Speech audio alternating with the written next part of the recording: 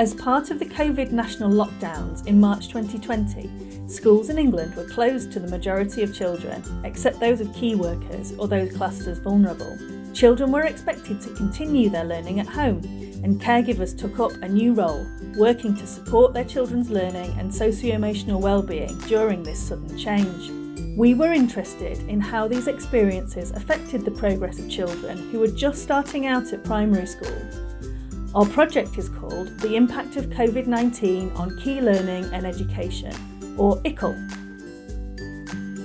We worked with 10 lead schools and around 450 children and their caregivers to find out about the resources that schools provided, how families used those materials during home learning, and how much children progressed in reading and in the early years foundation stage profile, phonics, literacy, maths, communication and language, and personal, social and emotional development, or PSED.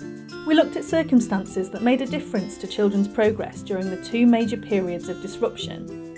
From spring to autumn 2020, when our ICKLE children were in reception and their first term of Year 1, and then from autumn 2020 to summer 2021, when they finished Year 1. We found big differences in children's attainment in the early years profile at the end of Year 1. Although a third were around where we'd expect them to be, almost half of children were working at a level we'd expect them to be at the end of reception, a full year earlier. More worryingly, about 20% were still working towards reception level when they were at the end of Year 1. In reading, over 2/3 of the children weren't at the expected level for their age at the end of Year 1. Although many had made good progress during the second period of disruption, it wasn't enough to make up for their slower progress earlier on. We found a range of factors that predicted children's attainment and progress during the disruption. In the early years profile, overall, the strongest influence on attainment after the disruption was children's level of attainment before the pandemic. In both periods of disruption, children whose families were better able to engage with home learning made more progress. Children with special educational needs and disability made less progress. Children at schools providing a wider range of remote learning resources made more progress. But when new activities were provided too often, children made less progress. In the second period of disruption, we found that children with English as an additional language made less progress, and children who attended school made more progress. In reading, access to hard copy books improved progress.